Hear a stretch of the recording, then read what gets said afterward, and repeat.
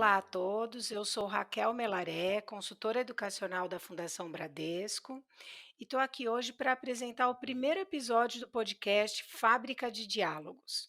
Essa é mais uma iniciativa da Fundação Bradesco com o objetivo de fomentar reflexões sobre temáticas que envolvam o desenvolvimento dos estudantes e compartilhando informações de relevância científica e dicas também que auxiliem aí as práticas.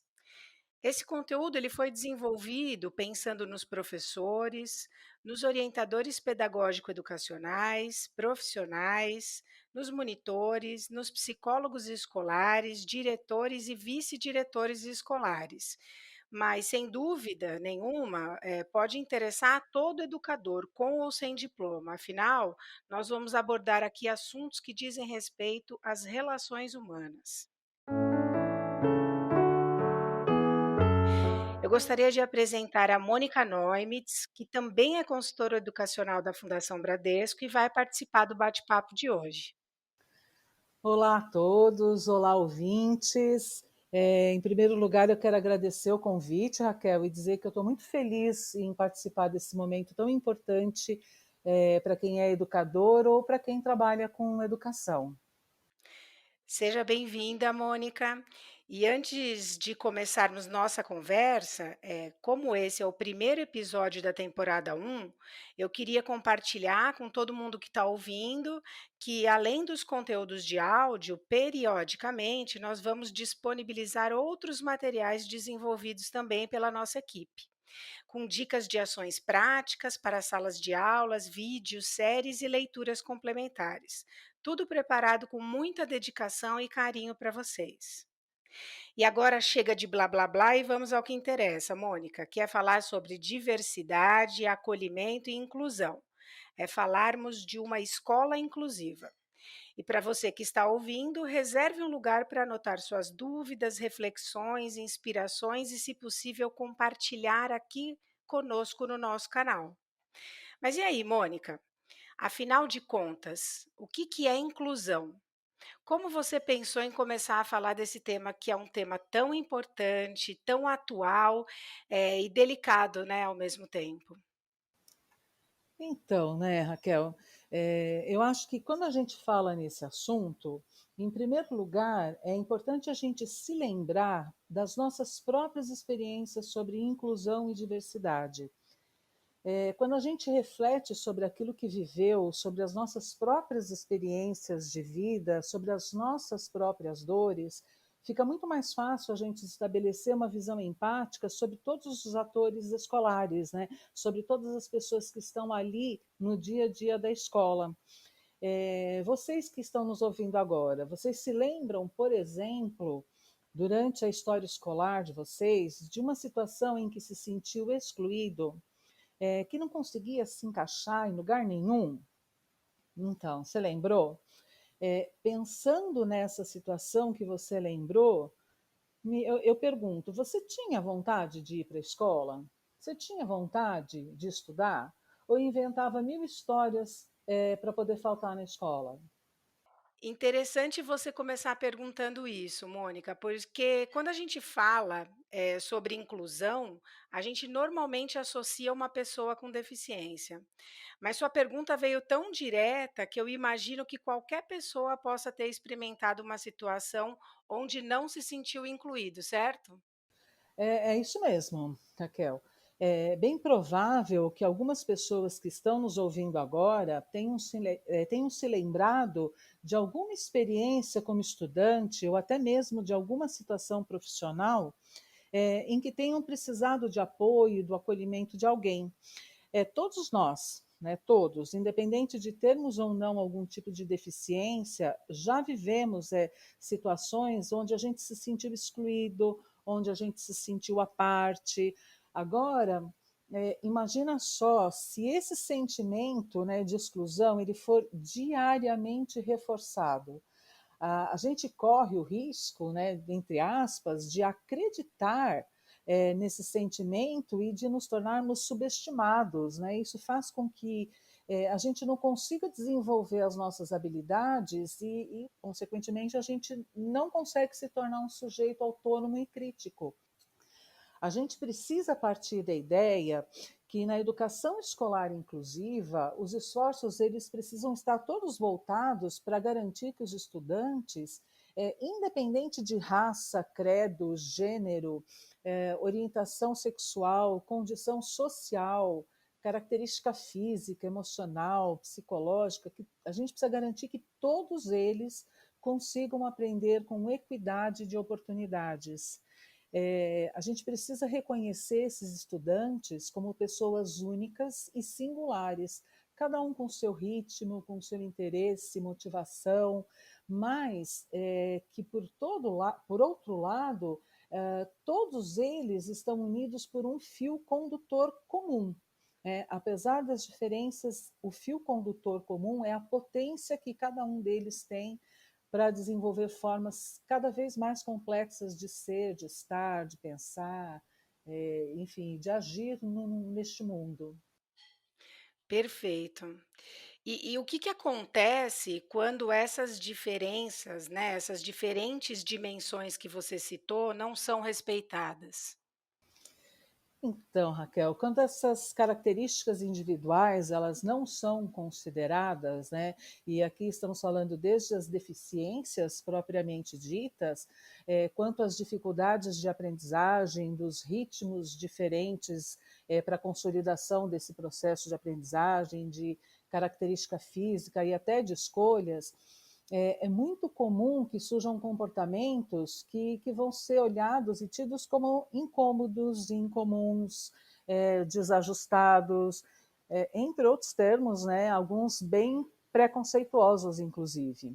Enfim, esses comportamentos incomuns, desajustados, eles indicam que alguma coisa não está bem, né? É onde a gente precisa olhar com mais atenção.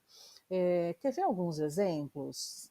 Sabe aquele aluno rebelde, agressivo, ou ainda aquele que está sempre desanimado, não tem interesse por nada, tem um que se isola, aquele que não presta atenção na aula, que atrapalha o colega na sala, aquele aluno que enfrenta o professor. Vocês já viram isso na escola, né? Então, é em cima desses alunos que o nosso olhar precisa ficar mais atento. É bem fácil de identificar esses comportamentos dentro do ambiente escolar, né. Todo mundo que trabalha na escola, né, que atua dentro da escola, seja em sala de aula ou qualquer outra atividade, com certeza conheceu ao menos um desses, né, exemplos que você deu. Eu até ousaria dizer que tem ouvinte aí que está, identificando algum aluno, já imaginando o rostinho deles, né. Pois é, e quando esses comportamentos eles aparecem, normalmente eles estão escondendo um sentimento e um sofrimento muito profundo, né? Esses comportamentos que aparecem na sala de aula, eles são apenas a ponta do iceberg. É nessa hora que a gente precisa ter sensibilidade para se aproximar desses estudantes com interesse genuíno, né, com uma escutativa, e que a gente entenda que isso é um pedido de ajuda por parte desse estudante. Esse assunto que você tocou agora, Mônica, é um assunto bastante delicado, né, que é o sofrimento desses alunos, né. Muitas vezes eles são julgados pelo seu comportamento e acabam sendo considerados alunos rebeldes, aqueles alunos mal educados, né, ou aluno que tem algum tipo de transtorno comportamental. Você acha que esse julgamento, né, que pode ser feito dentro da escola, ele pode ser generalizado e também, né, ser feito pela família, pelos amigos, de forma que esse aluno vai sendo estigmatizado, né, como aquele que não tem jeito, aquele aluno que não tem mais conserto. E isso acontece muito, Raquel. Isso pode acontecer, sim. Geralmente esses alunos eles têm uma crença profunda de que eles não possuem valor, né? Eles se sentem inadequados, incompetentes, incapazes, eles sentem que não pertencem àquele lugar, né? E eles ficam num beco sem saída, na medida em que eles se percebem sem energia e sem potência para investir em alguma transformação. Eles têm dores emocionais, né, e às vezes até dores físicas que camuflam esse sofrimento. E aqui eu estou falando desde os alunos da educação infantil até os mais velhos. Sabe aquele aluno que vive com dor de barriga e dor de cabeça dentro da escola e ninguém descobre o que é? Então, você pode investigar, porque lá tem alguma coisa escondida. É isso aí, por isso que nós temos que estar sempre atentos aos sinais, né. Mas de onde você acha que vem essa crença negativa de que eu não sou pertencente àquele lugar, de que eu não aprendo ou eu não sou capaz? Porque tem algumas situações, que as diferenças elas são claras, elas são visíveis. Mas a partir dessa premissa, parece que o sofrimento, né, o sentimento de exclusão pode existir em qualquer situação e com qualquer pessoa, é isso? É isso mesmo, Raquel. Qualquer pessoa, em qualquer situação, pode se sentir excluída. Essas crenças, elas são construídas através das relações e interações que a gente estabelece ao longo da vida, das relações que este aluno estabelece com o seu entorno. Ninguém nasce se sentindo excluído, né? As pessoas elas vão internalizando e cristalizando esses sentimentos a partir das experiências que elas vivem e de como os outros as tratam e as percebem. A partir de como as pessoas são tratadas pelos outros, que elas vão formando julgamentos a respeito de si mesmas. Né? Você quer um exemplo? Uma criança que passa a infância inteira ouvindo das pessoas de quem ela gosta, que ela não sabe nada, que ela não é capaz de fazer alguma coisa direito. É aquela criança que ouve que não serve para nada, ou que todo mundo torce o nariz para ela. Então, essa criança, ela vai crescer entendendo que isso é verdade, né? Na verdade, assim, as dificuldades ou características que as crianças têm, que as pessoas têm, não são o problema. O problema, ele consiste na forma como as pessoas do entorno daquela criança lidam com essas características. E isso inclui professor, colega, orientadores, pais, irmãos, enfim, as pessoas que convivem mesmo com aquela criança. E, assim, tem outra coisa, é importante a gente dizer que ninguém nasce sabendo excluir os outros, né? Isso também é um comportamento aprendido. Com certeza, afinal de contas, não tem ninguém, né, ninguém tem todas as habilidades desenvolvidas para poder lidar com todas as situações que acontecem na vida. A gente está sempre em evolução, né, sempre em construção. Eu acho que de uma vez por todas nós precisamos aprender, né, que para que a gente possa se desenvolver, resolver nossos problemas, nós precisamos procurar ajuda. E que isso não é sinônimo de fraqueza, de fragilidade, pelo contrário, quem procura ajuda, para ser melhor, para resolver seus problemas, é uma pessoa muito corajosa, né, e só dessa forma que ela vai adquirir essas habilidades que são tão importantes para poder lidar com as adversidades da vida, né. Eu concordo com você, Raquel.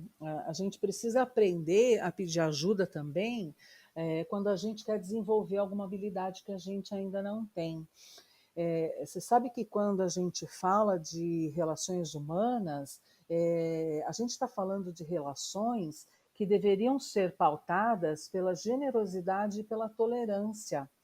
E quando a gente transpõe esse tipo de relação para a educação, é que nós estamos falando e fazendo uma educação inclusiva. Porque é quando a gente assume um compromisso pessoal de mudar os nossos modelos internos, né, os nossos paradigmas sobre a forma de olhar, de compreender, de ser e de estar e de sentir e de agir no mundo. No mundo. Então, quando eu mudo o meu olhar em relação ao outro, eu vejo esse outro. Verdade isso, quando eu mudo o meu olhar, Eu dou ao outro a possibilidade de mudar também. E há de ter muita sensibilidade para fazer isso, não é? Quanto desafio, hein? Bom, Mônica, infelizmente o nosso tempo de hoje já está acabando, mas eu quero te convidar para a gente poder falar mais um pouquinho sobre esse assunto.